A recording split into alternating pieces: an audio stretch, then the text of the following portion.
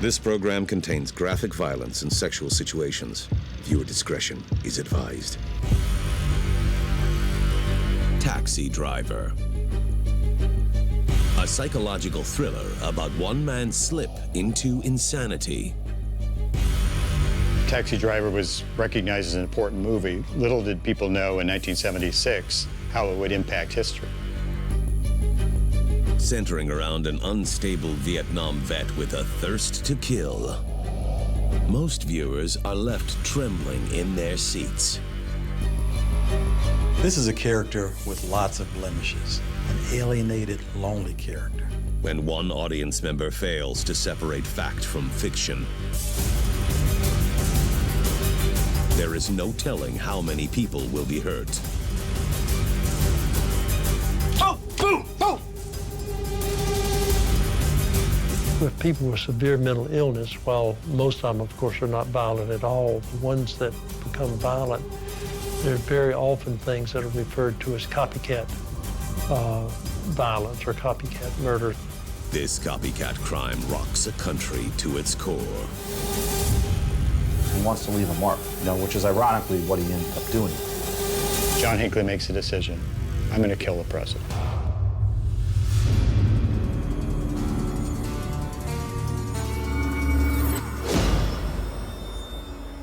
The 1976 release of the film Taxi Driver sparks unprecedented amounts of controversy in the entertainment world. When this movie came out, no one knew what to think.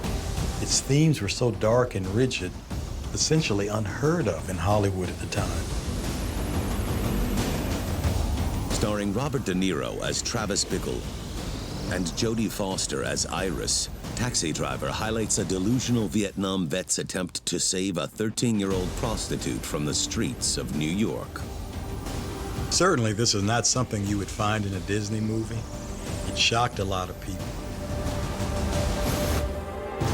It scared even more, but why? Because it felt so real.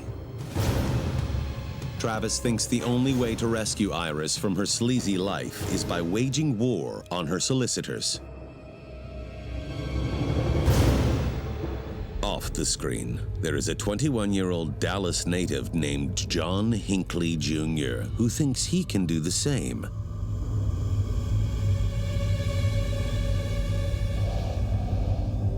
Growing up in an affluent family, Hinckley can't seem to find his footing in life. John Hinckley was born into privilege. He was the son of an oil services executive who actually owned his own company. Hinckley came from a family where success was expected, and he was not achieving success. After dropping out of college, John decides to pursue a music career in Hollywood.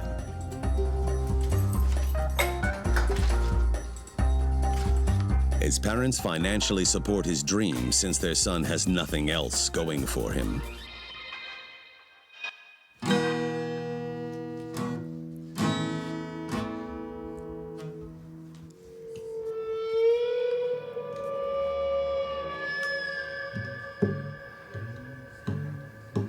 He had this idea that he could be a music star.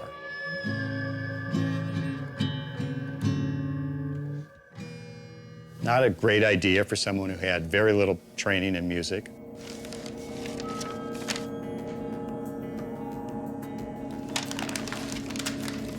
But like so many others who flock to Hollywood in pursuit of the American dream, John finds himself on the outside looking in.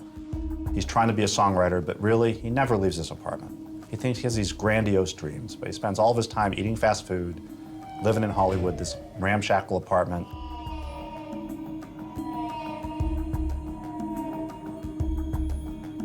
John begins to despise the city. I think John Hinckley had a hard time understanding at first why he wasn't successful in Hollywood. He thought that he was an unappreciated talent. Seemingly, John has no friends and no one to turn to while living in Hollywood. Until he sees the film Taxi Driver. John instantly relates to the film's main character, Travis Bickle. Both the Travis Bickle character and John Hinckley were very lonely, alienated people. And he began to become increasingly fascinated with the lead character. One screening turns into another until Hinckley eventually sees the movie 15 times. It's an alarming fact that Dr. William Carpenter, who conducted a psychological evaluation on Hinckley, can't look past. He got confusion in his own identity with that of the taxi driver. I think John Hinckley found himself in 1976 in a deep, deep hole. And he saw the movie as sort of a map for getting out of his hole. John Hinckley can't get over how he and Travis are alike. Both men are loners who can't seem to find their way in life. As time progresses, John Hinckley decides that whatever he does in real life will emulate what Travis Bickle does in the movie. Because Travis Bickle, the character he identifies so much with, becomes obsessed with Jodie Foster, it's only natural that John Hinckley himself would begin to develop that fascination with Jodie Foster. Like Travis Bickle in the movie, Hinckley thinks he has to save Jodie Foster, and he even develops romantic feelings for her. I think the solutions that John Hinckley saw in the movie were the same solutions that Travis Bickle saw. Violence can be the answer. Jodie Foster could be the answer. He put more and more of his own identity into things that were picked up from that repeated viewing. As Hinckley continues to sink deeper and deeper into isolation, he looks to Travis Bickle for help.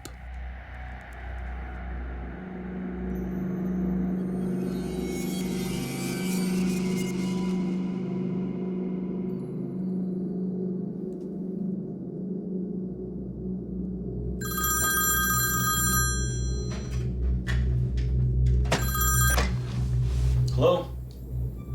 Hey, Mom. I'm good, good. How are you?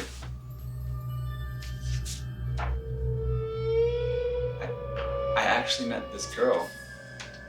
Yeah, she's an actress, yeah. I think you would really like her. In the movie Taxi Driver, Travis Bickle develops a love interest and just an unreciprocated relationship. John Hinckley, interestingly, takes that relationship and uses it to develop an imaginary relationship that he shares with his parents. Hey, Mom. Yeah, well, I mean, we had a great time. We went down to Santa Barbara, and it was beautiful. I really wish you could meet her, but it's just so tough to schedule now. He writes to his parents about trips that they've taken together. He talks to his parents on the phone about this character, who is non-existent. It's a character that was really only inspired by the movie Taxi Driver. She's busy all the time. I heard His mother is happy that John has finally found a partner, not knowing it's all taken from the pages of a movie script. She continually thought, well, at least he's got this one girl. He's got this person who can support him. And in fact, there was nobody there to support him. Huh, you talking to me? This woman existed only in the mind of John Hinckley. With every passing day, Hinckley's love affair with the movie only gets more and more dangerous. By 1979, things are getting pretty alarming.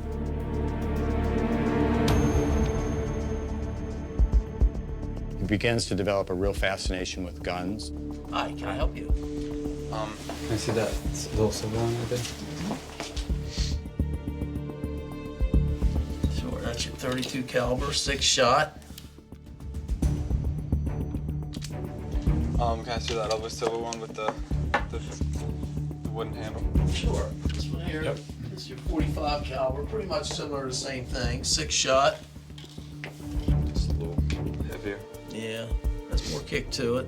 This will take down your target a lot quicker. But it's a lot louder though, too, right? Yeah, it does make more noise. I think I like this one. Okay. He buys one gun, then he buys more guns. I'm sure that he felt some kind of empowerment from it.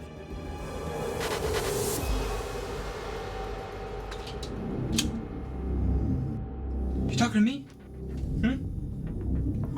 You talking to me? You talking to me? Hey, you talking to me?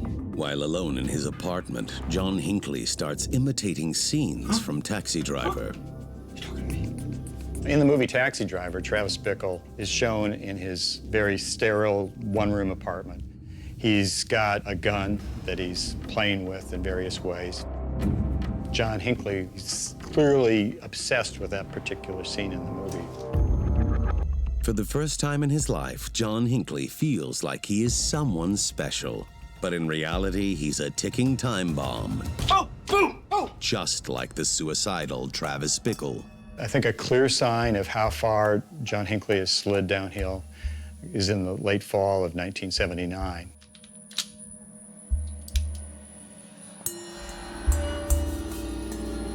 Two times he takes a gun, puts it next to his head, and plays Russian roulette.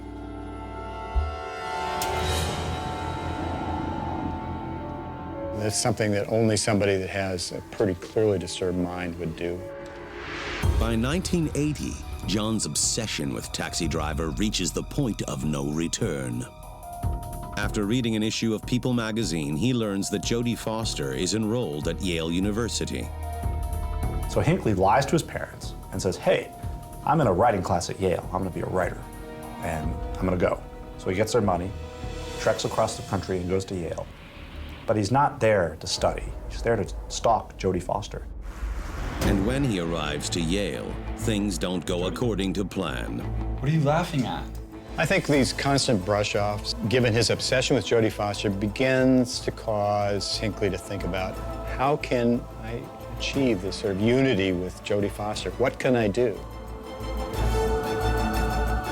As his overtures to Jodie Foster were rebuffed, the same way Travis Bickle's overtures were rebuffed, he decides, okay, I'm going to make sure that Jodie Foster never forgets me.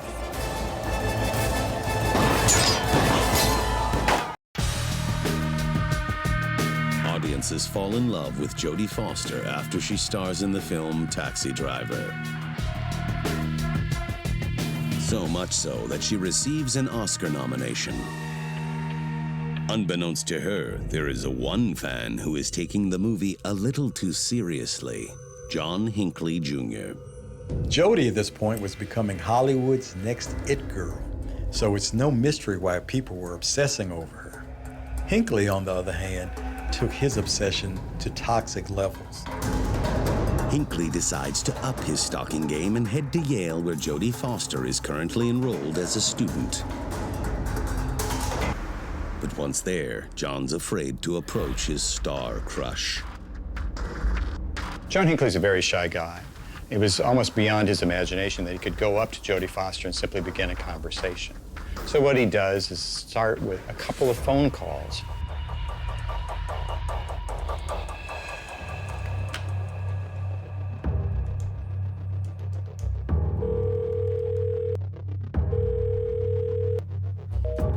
Jodie ignores all his attempts at communication. He calls her and she's like, who is this? It's John. And gets his name wrong. John Hinckley. John Hinckley. Haven't you got any of my messages? And another time, he hears laughing in the background. What are you laughing at? He asks Jodie Foster, what are you laughing at? What are they laughing at? I don't get it. What are they laughing at? She says, they're laughing at you. Desperate for her affection, John writes Jodie Foster a poem titled, I Know a Girl. I know a girl who is beyond words. I don't know her well, but I know her, and she knows that I love her. I don't know her true feelings towards me, but she knows that I know her name. To John's chagrin, his efforts still don't leave an impression on Jodie Foster, but it isn't going to deter Hinckley from getting what he wants.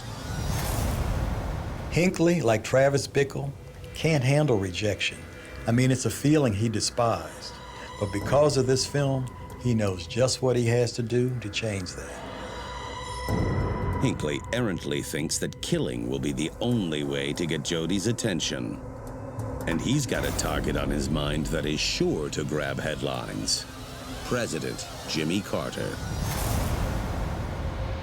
So because Travis Bickle focused his first thoughts about violence on a politician, John Hinckley would do the same.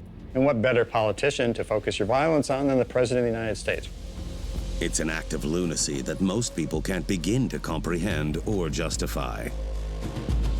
But John Hinckley Jr. isn't like most people. He was arming himself, he was paying attention to ammunition, he was doing things much the way the caretaking that Travis Bickle did. John Hinckley goes to Nashville. He ends up at a rally that Jimmy Carter is holding and begins to scope it out, much like the character Travis Bickle does in the movie. John Hinckley gets dangerously close to the president. Now we're getting into some dangerous territory. He gets within arm's reach of the president. Arm's reach of the President of the United States. The madman seems poised to make history. John Hinckley has a gun in Nashville at a rally that Jimmy Carter is participating in. He was within range of Jimmy Carter. But will he commit the ultimate sin and kill the president?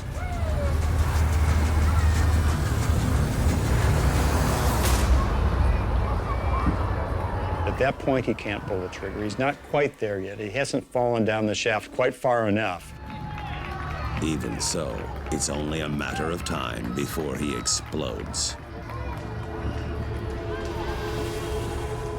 John Hinckley might not have been ready to pull the trigger, but he's clearly thinking about it. He's getting himself ready.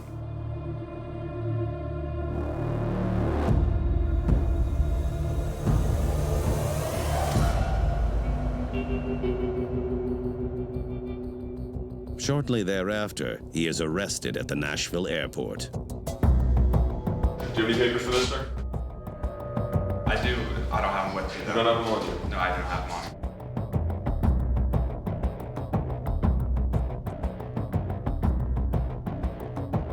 The charge is illegal possession of a firearm. Hinckley is merely given a $62 fine and is released from custody. John's foray into madness only intensifies after his initial encounter with President Carter. Although John Hinckley is virtually let go with a slap on the wrists, his parents sense that there is something not right with their son after learning about the gun charge. John Hinckley's mother could fully appreciate that her son was not normal. Something was clearly wrong. And it was time to put him into counseling. I'm just a little bit worried about him, and he just seems a little down and usually engages more. And just want to know really why, if there's any reason. Tell me what happened at the airport. I just forgot it was there. Do you usually carry around a gun? No. Do you have a fascination? No, I do not. I do not. So how are you feeling? Is anything troubling you? The therapy John Hinckley receives proves to be ineffective because John Hinckley doesn't talk about his obsession with the film. He was revealing none of this to the psychiatrist. He's basically seeing the psychiatrist because his parents insisted on it. So none of this was known to anyone else. The psychiatrist diagnoses Hinckley as being emotionally immature. Should definitely hold back on money. So the suggestions that the Hinckley family is getting from the psychiatrist is essentially to make John Hinckley become a real person, make him do his own thing, don't provide quite as much support. Should really stop supporting him. By eliminating John's only connection to the outside world, there is no telling what he will do to get the attention of movie star Jodie Foster. Clearly, he was looking for some way out of his desperate situation. He understood he needed to do something, and he increasingly turned his thoughts to dramatic things, like assassination.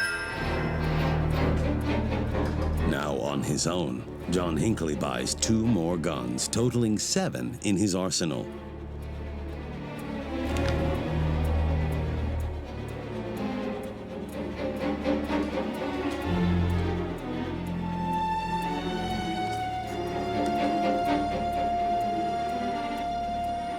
And his fixation with Jodie Foster reaches a boiling point.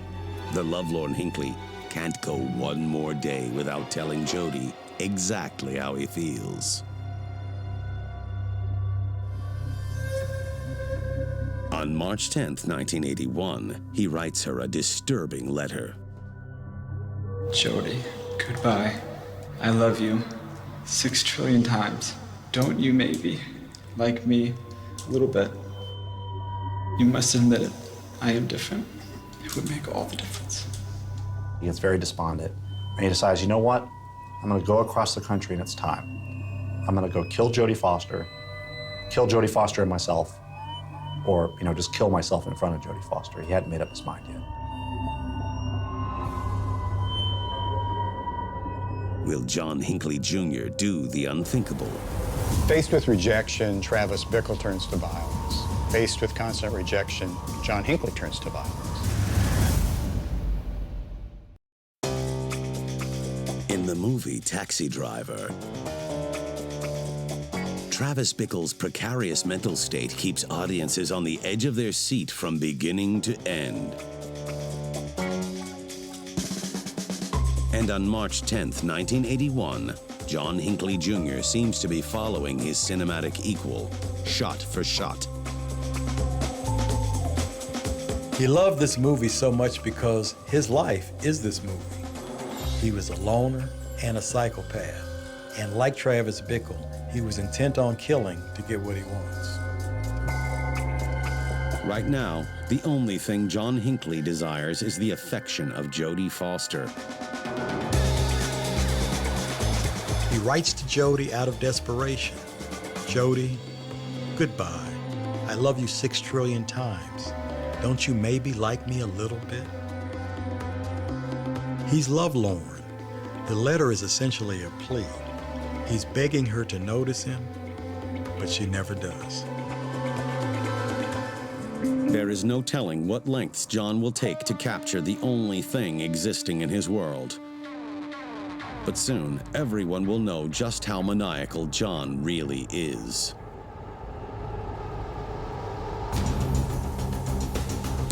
He is on his way to New Haven to kill Jodie Foster, kill her and then himself, or just kill himself in front of her on campus, an orgy of violence, right?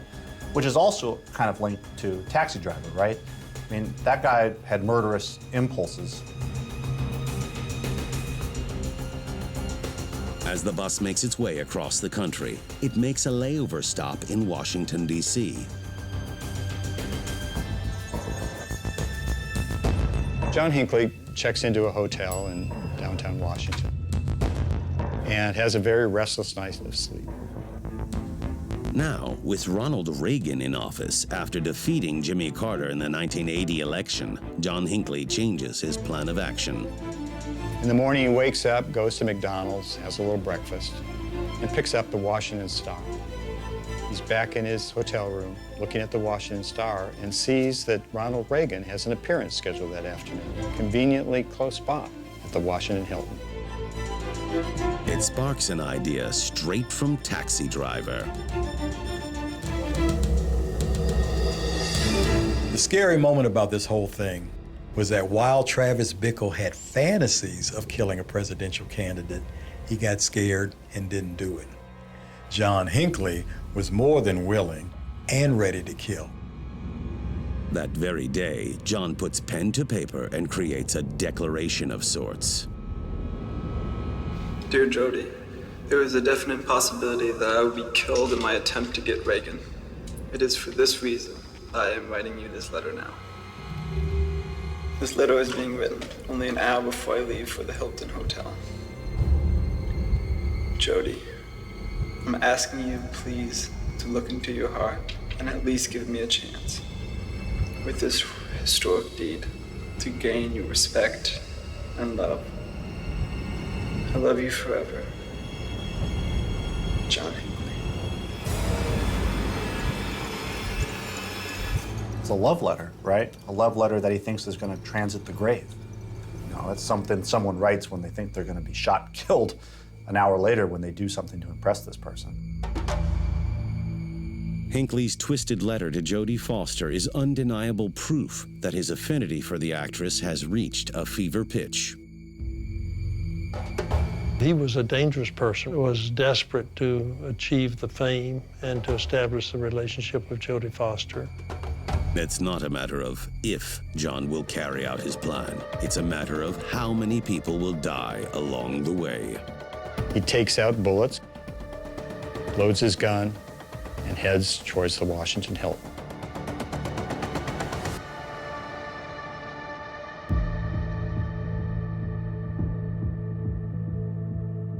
Around 2:30 p.m., in the middle of broad daylight, John Hinckley Jr. waits patiently outside the Washington Hilton Hotel, where President Reagan is speaking to a labor convention. So you've got guns, you've got John Hinckley, you've got desperation, you've got the president giving a speech. It's all there. We're going to have trouble. As Hinckley waits in the crowd, everyone is oblivious to what is about to go down. This was a moment that John Hinckley was waiting for. He anticipated that this historical deed, as he called it, would somehow bring Jodie Foster and him together. In the movie Taxi Driver, Travis Bickle's attempt to kill a presidential candidate is thwarted by security agents who sense something is awry. But John Hinckley Jr. is prepared to go off script to succeed in his mission.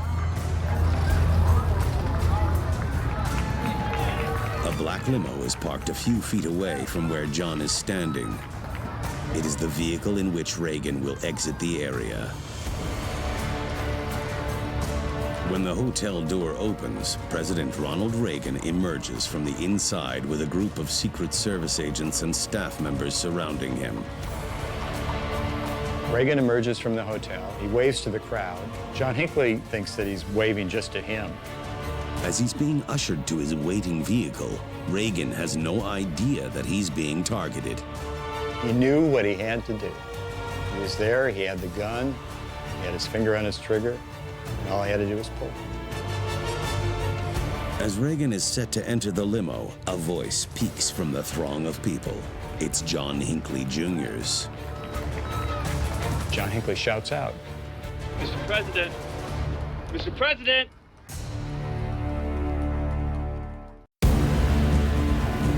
John Hinckley Jr. is about to spring a trap on the leader of the free world in 1981, President Ronald Reagan. His perverse fascination with Jodie Foster originates from his warped psychological bond to the film Taxi Driver. Oh, boom! Oh! Outside of the hotel, Hinckley waits for Reagan to get closer. He places his finger on the trigger of a hidden pistol.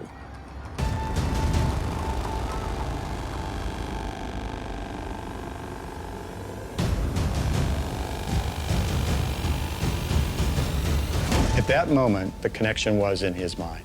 I kill the president. This is going to be a historical deed, and Jodie Foster will realize the depth of love that I have for her. Mr. President! Mr. President!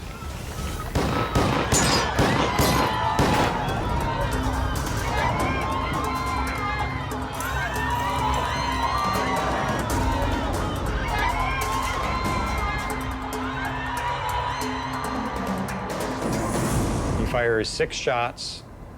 They hit people. One of them misses everybody. One hits the car. Outside of the limo, armed guards quickly identify their shooter. Secret Service agents, as you might imagine, spot the problem and immediately go after Hinckley, jump on top of him. Hinckley is quickly detained, but his attack leaves 4 people seriously injured outside of the hotel.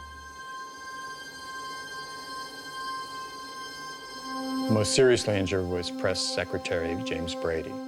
It's a miracle, really, that no one did die. James Brady came precariously close to dying with a bullet lodged in his brain.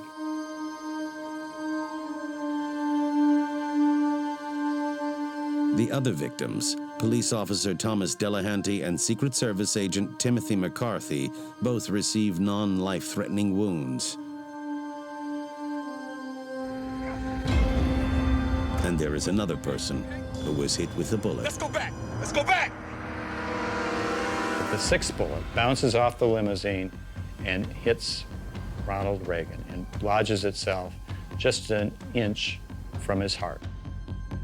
Surprisingly, Reagan doesn't even realize that he's been shot. Immediately, the thought is drive him back to the White House, drive him back to safety. And then he begins coughing up blood.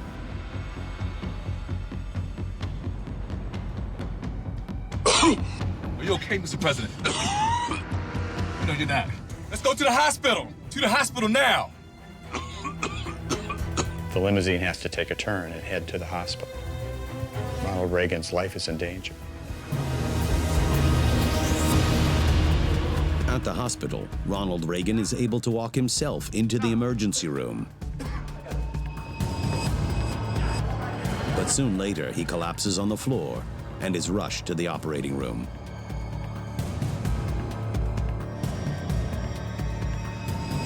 He gets to the operating room, and they're searching frantically for this bullet. They're operating on him, and a surgeon is hunting frantically for this bullet in Reagan's chest, worried it's going to slip into an artery and shoot into Reagan's brain and kill him.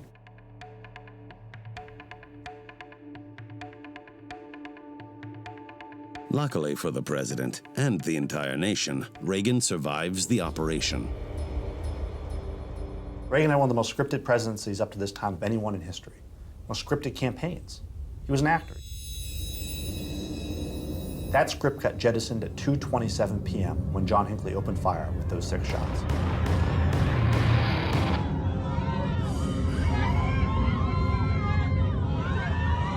There was no more script.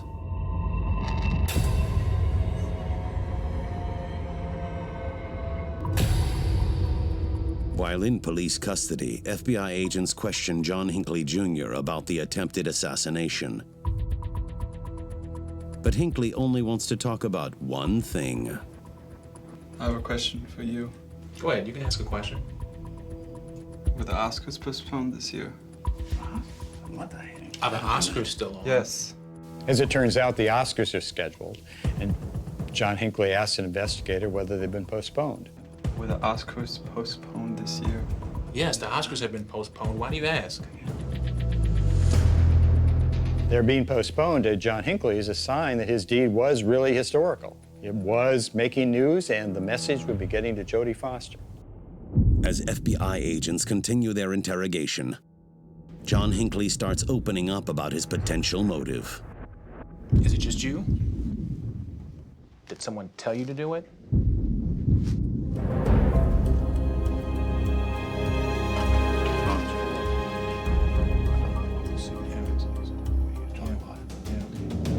They've gone through the contents of his wallet, and they found a bunch of pictures of a woman.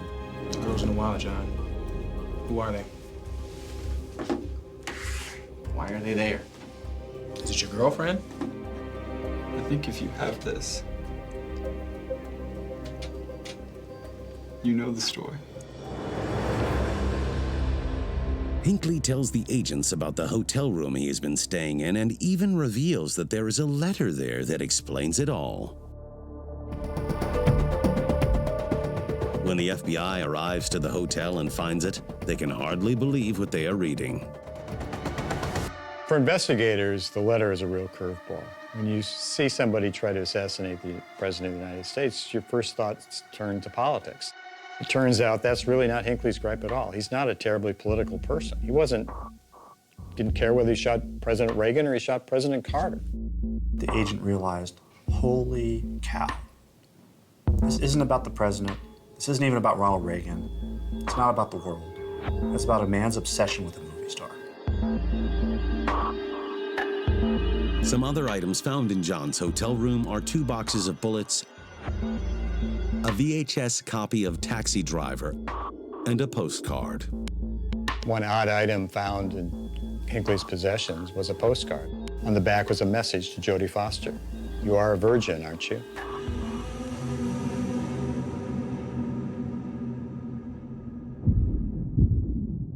When Jodie Foster hears about Hinckley's disturbing motivation behind the assassination attempt, she finds herself beyond belief. For Jodie Foster, this disrupted a life that she was hoping would be as normal as possible for a student at Yale. She's another victim. I mean, in that sense, Jodie Foster is another victim of John Hinckley. And it won't be the last time Jodie Foster hears from John Hinckley Jr.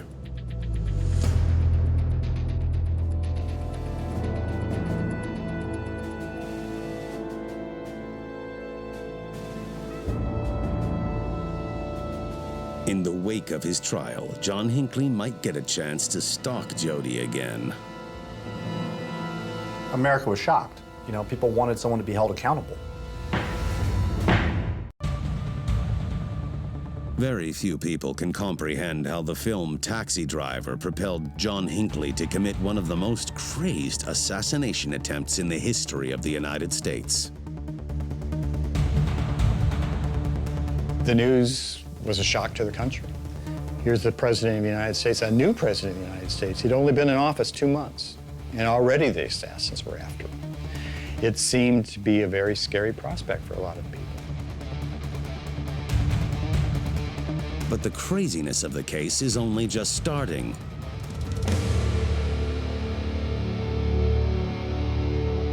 At his trial, John Hinckley's defense pleads not guilty by reason of insanity. John Hinckley shot the president, and the government had it on videotape. There was no possible defense based on the normal defense, I didn't do it, right? The only possible defense here was an insanity.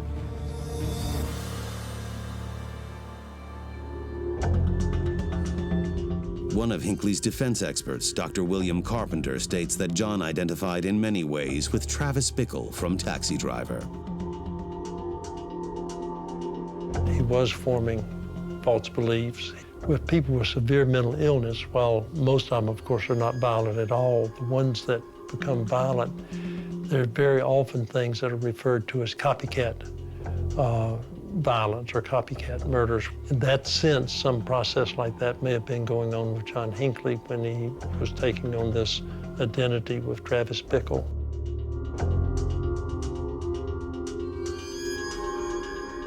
According to Carpenter, Hinckley absorbed the identity of Travis Bickle and thought he was rescuing Jodie Foster, as Bickle so famously does in the film.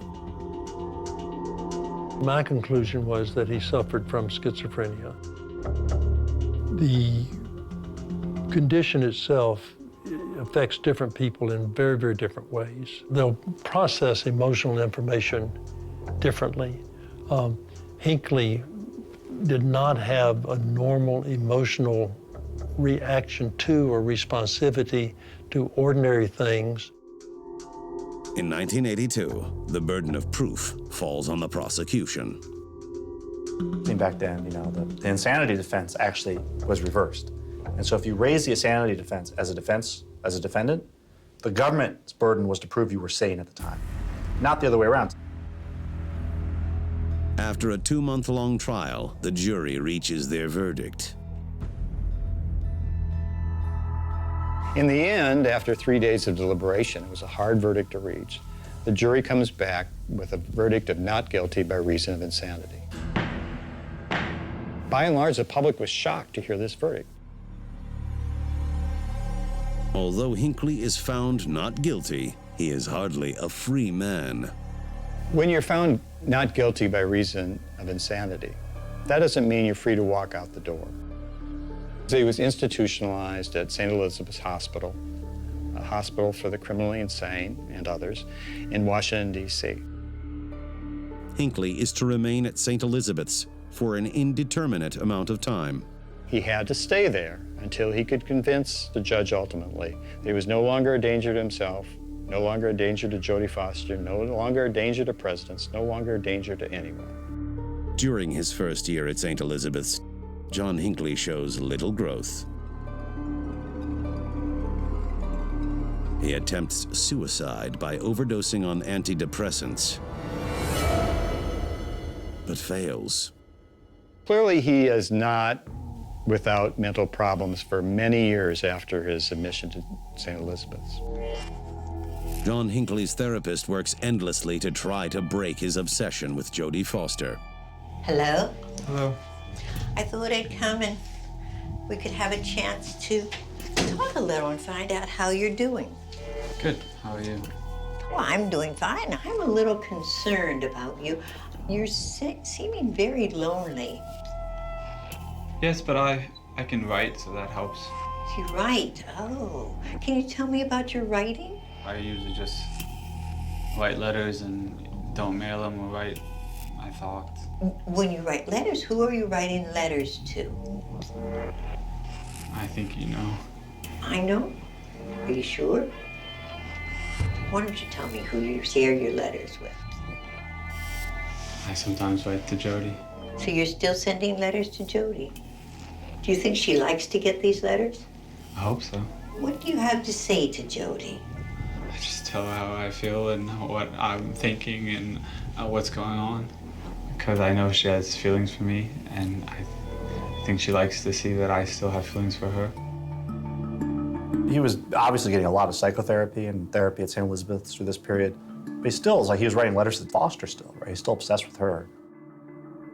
The most important thing in my life is Jodie Foster's love and admiration. If I can't have them, neither can anyone else.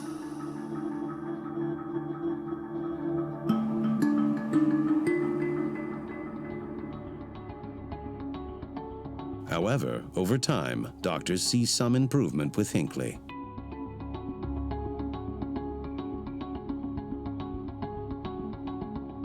You can believe two things, right? You can believe he's been rehabilitated, right? Mentally rehabilitated, or he's faking it. And I don't know the answer. How are you feeling today? Okay. We'll take you off the medication, and hopefully you can finally have some outside visits soon. How's that sound? Sounds great. Okay. Be nice. Yeah, definitely.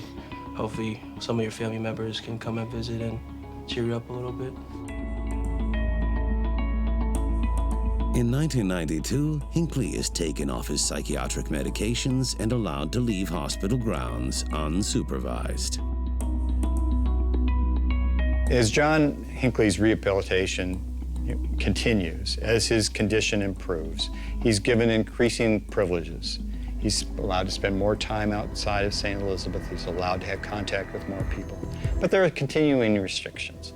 It might be that John Hinckley is never a totally free person. He will also always be monitored in some way.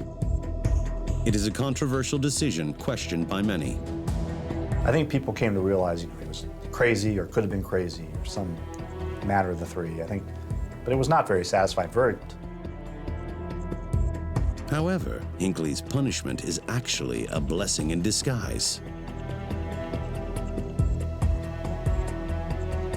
The charge against John Hinckley was attempted murder, which carried a maximum sentence of 20 years. More than 20 years have passed, so if John Hinckley had been convicted of the crime, he'd be free to go out and do whatever he wanted to do right now. Today, he still is under supervision. He still is in St. Elizabeth's.